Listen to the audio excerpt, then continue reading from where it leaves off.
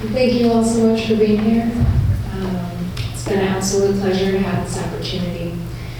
I would like to start off by looking into a little bit of what is addiction.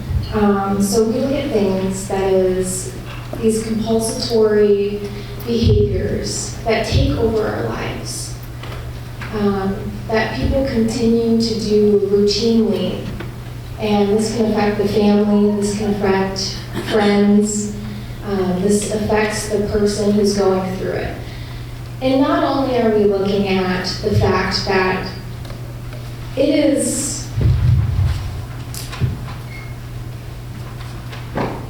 can be a very big thing where we're looking at very big substances, or it could be something that is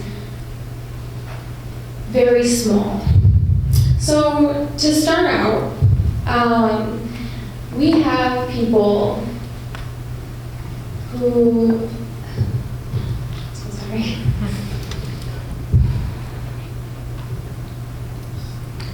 So just to begin, addiction can be characterized by something just as like here, being here. There are people who have spent a lot of time here gambling. There are people who, I'm so sorry. I've never spoken to any people.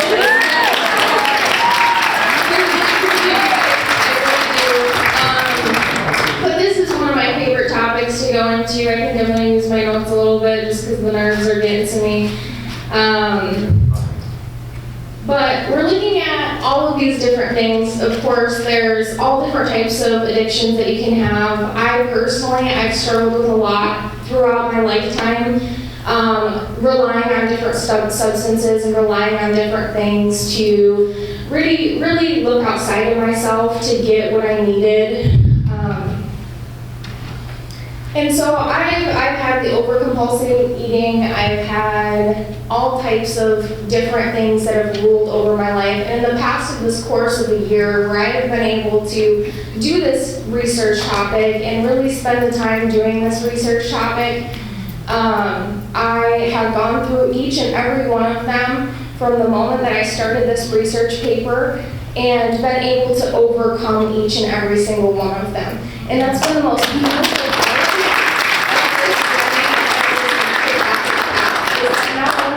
With going to the Naturopathic Institute, you not only learn all of this information, but you're starting to integrate it. And so my biggest thing here was integrating all of this and being able to stand up here now to tell you that I'm completely sober, no caffeine, no anything, no external anything. So the nerves are real. The nerves are 100% human.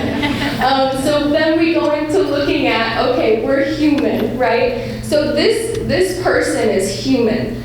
They are not an addict. So when you're going along the street and you see someone and you say, this person is an addict, that is not just who they are. No. Amen. This person is an illness, or this person has an illness. They are a human being who has an illness. How we like to look at that is we would like to start off looking at the brain and what's going on in the brain. So this is where it gets really interesting. So first you want to take a look at the metabolic dopamine reward system. So like our previous presenter over here was talking about with reward systems, she did a great job on talking about cell phone use and things like that.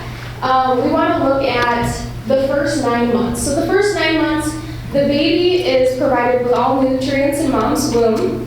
Once baby is born, there's no readily source of nutrients.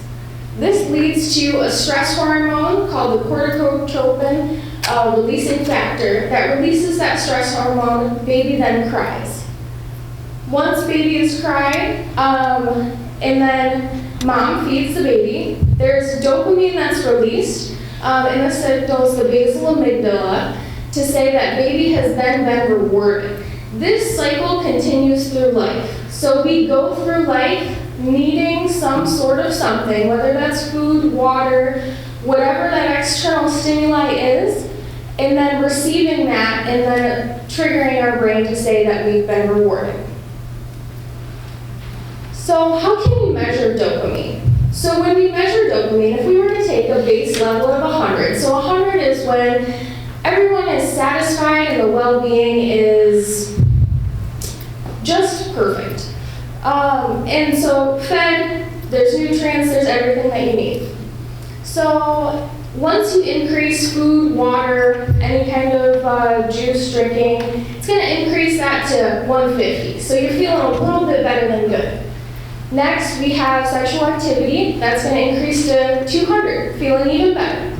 Nicotine, this is why people say, I can't quit, is because that dopamine has jumped to a level that is now unnatural. And so jumping from that 250 and then dropping back to 100, that's a little bit of a fall, okay?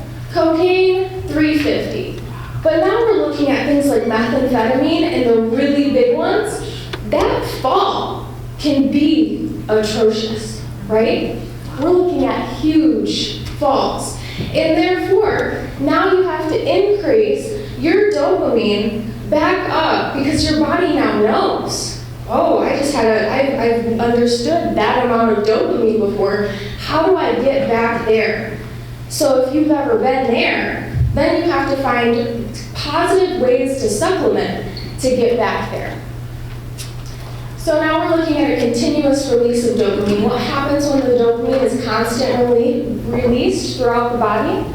Well, all of a sudden, your beautiful relationships with your mom and your dad, and your friends and your family, all of a sudden, they don't become as substantial anymore. They don't give you that hit anymore. And then over time, because if you're doing this high amount of dopamine,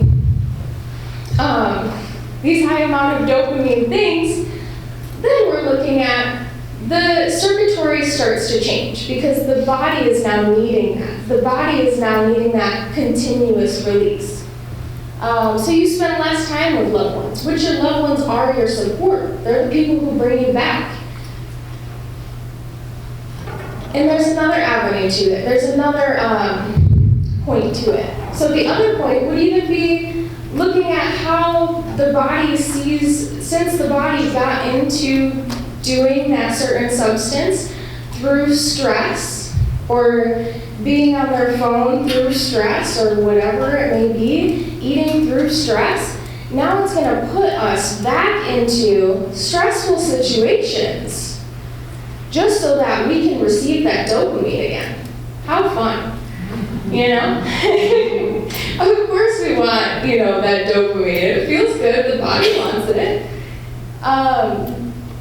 And so it actually, what it does is people don't return to the substance because of this beautiful euphoria that you get during or whatever they may say, but it's really due to the anguish and the stress because the stress was the tie to the reason you used it in the first place.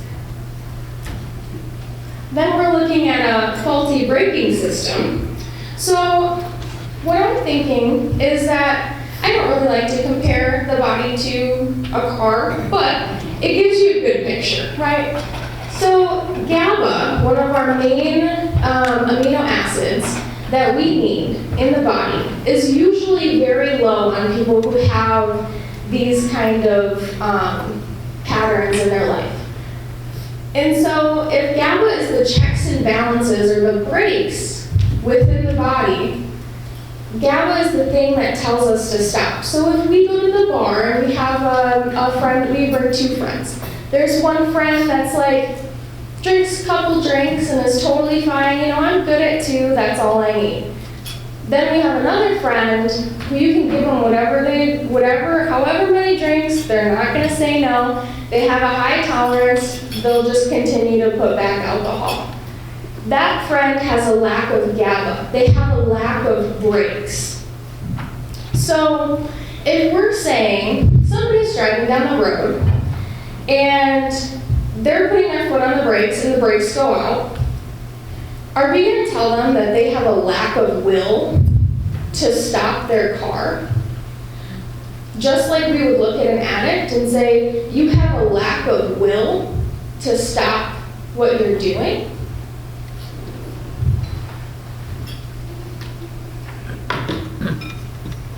Next, we're going to look at some faulty steering. So the prefrontal cortex actually is our decision maker in the brain. And so the prefrontal cortex runs on oxygenated or deoxygenated blood. And so it runs on oxygenated blood. But when you insert toxins or different substances, it actually deoxygenates the blood. And so if we have deoxygenated blood and we can't make decisions, and we don't have the prefrontal cortex working properly, then all of a sudden, even though they sense that these decisions are wrong, they are still making these same decisions just because if you're headed towards a traffic cone and you can't turn left or right, you're still going to hit the traffic cone. So without oxygenated blood in the prefrontal cortex, by not using these toxins or having these toxins, and without the correct amount of GABA, not only can you not stop, but you can't steer. Next, we're going to look into a little bit of, this is just a baseline of everything. We want to make sure that we include the root, which is childhood trauma, what happened during childhood. So if mom comes home and you've had a really stressful day, and what she does is she cooks you a big and beautiful meal, and you associate, wow, food means comfort, food means love. And so now, at a subconscious age, like we were saying earlier, whatever you learned before the age of 7 kind of gets put on repeat. Then you hear, oh, comfort food. And so whenever you're needing some sort of comfort, you're going to comfort food. Next, we also have, okay, dad comes home from work, he kicks his feet up, he opens a cold one, and he's like, wow, this is it. This is what makes the day right here. And as a kid, you see that, and that's what's associated. Or brother or sister decides that they're going to do something that's going to live for today, but probably going to not be great in the future. And you watch that as a kid, and you're like, wow, well, they lived for today, not tomorrow, so I might as well. So what can we do? What is the recovery? A couple things we can do is just to know that ridding oneself of the substance, taking out the substance itself, does not heal the problem, because that's the most important, to have a professional pillar. And forgiveness of oneself through all of it. So, thank you all for coming. Thank you all for joining.